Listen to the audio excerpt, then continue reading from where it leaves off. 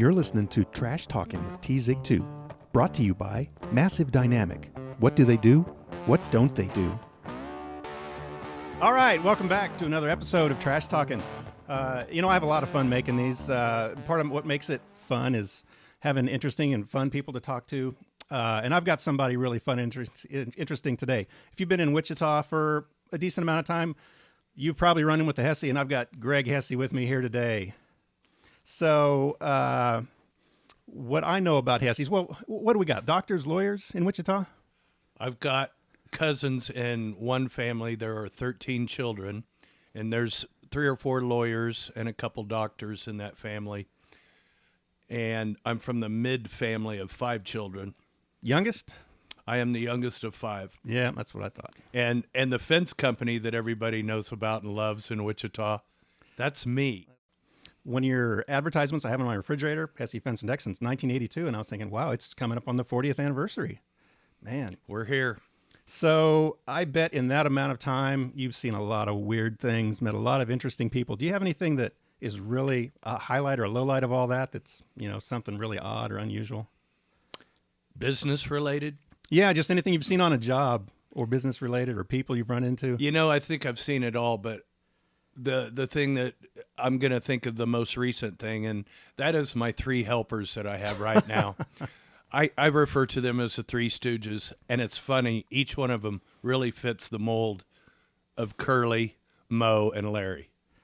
Yeah, I was one of those Stooges for a while back in '86. You were, yeah, indeed. And what I remember, it was a lot of hard work, a lot of long days, hot working in the summer. But the first thing that always comes to mind when I think about working for you was we just had a lot of fun. And I don't know if you still do that, but we had a lot of fun, I thought. We generally do, but we have some drama between the Stooges.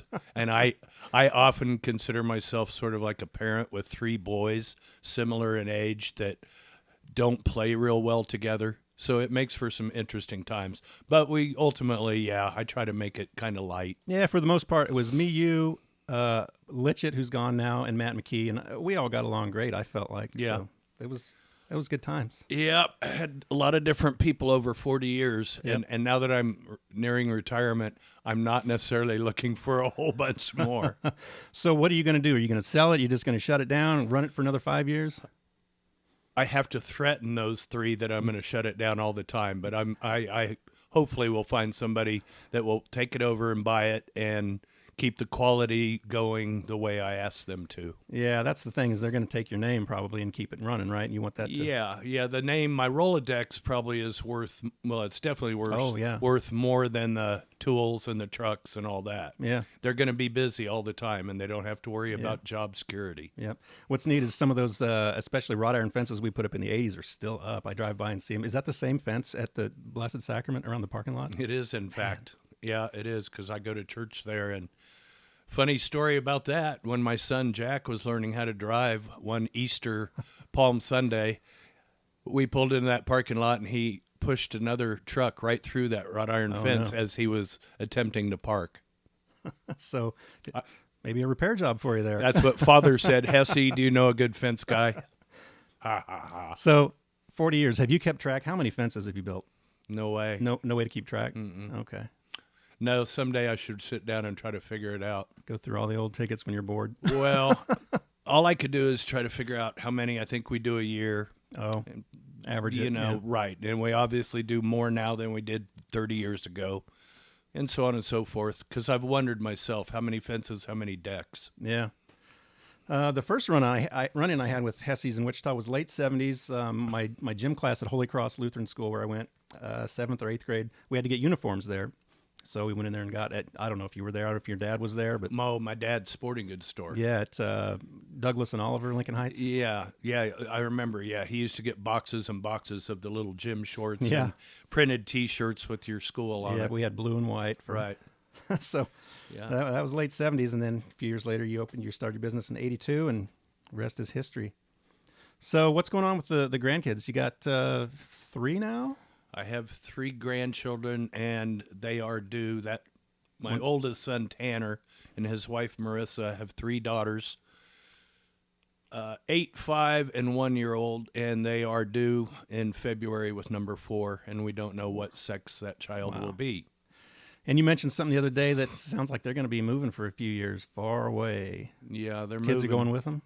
Yeah, Wow. they decided to take the kids with them. So They're there you going go. to Japan. So are you going to get to see them at all during this time? Well, because of all the problems with COVID and flying, I didn't find this the greatest time for this, but I will at some point try to get to Japan at least once. Oh, nice. It's a long flight. I did it once in 96. Oh, good. You can fill me in later on that. Just a lot of sleeping time. Yeah, I think, honestly, and I'm pretty flexible, and I should be retired in a year or two when I do it. I just hope that we don't have to wear a mask on an airplane for 20 hours. Just keep eating peanuts. Sipping water. That makes sense. Let's switch gears to sports. I know you're a big sports fan. Is baseball your number one, or you just like it all?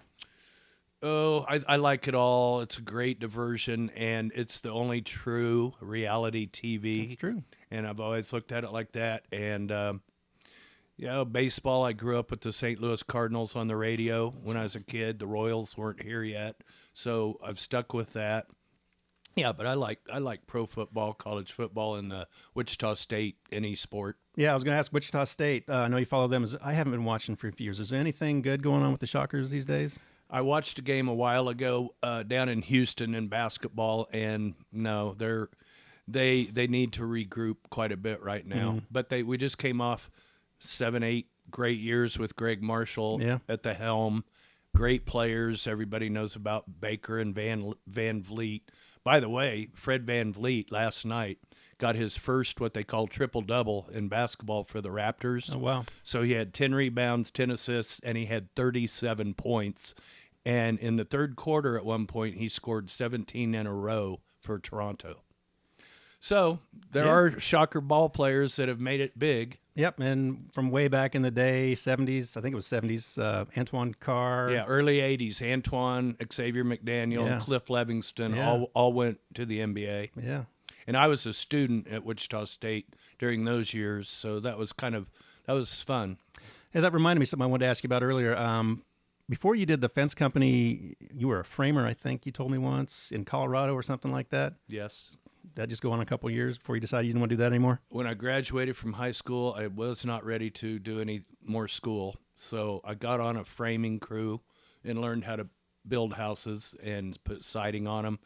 And then I grabbed on with these guys that wanted to go to Colorado and do it. So we all went. And, yeah, that was a couple crazy years. Yeah, I bet. Yeah. My early 20s. So, all right, we're going to kind of take it to the end here with something reminded me the other day. A friend of mine, a guy I know from work, Todd Gutterslow, maybe he's watching. I don't know. He did stupid human tricks on David Letterman. So I thought we'll try a small version of that. I know of one, but do you have any stupid human tricks you'd like to show us? I'd love to if it'll work. I can blow bubbles. That's the one I was thinking of, and I know it's kind of dry, so yeah. There we go. We got one. All right. Don't ask for two. And I can't imagine all the trouble that got you into when you were younger. Yeah, it was wonderful, especially in school and high school. I taught some other friends to do it, and we had a lot of fun with the nuns. Yeah.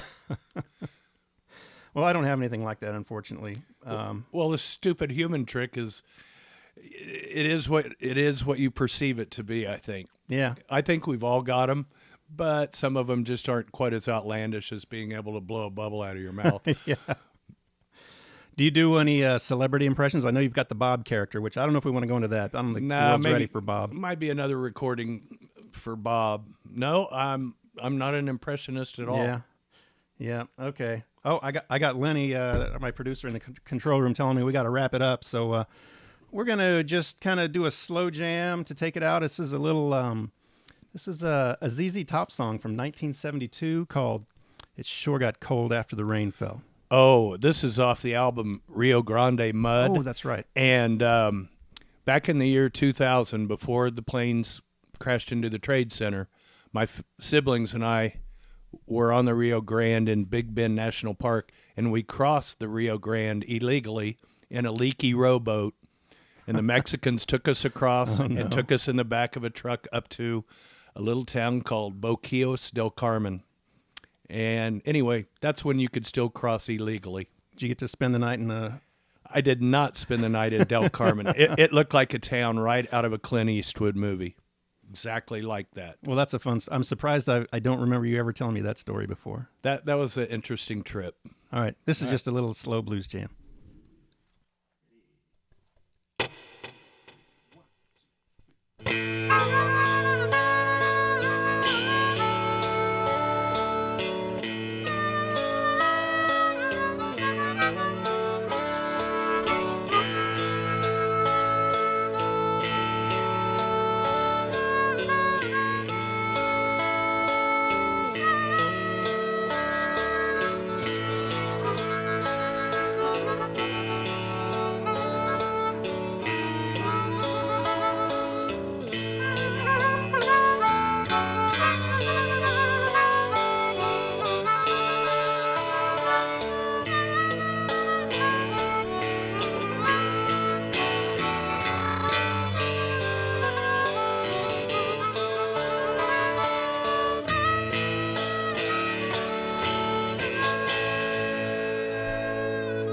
All right, hey, thanks for watching. We'll see you again next time. Trash Talking with T-Zig 2 was not recorded in front of a live studio audience. No animals were harmed during the production of this podcast.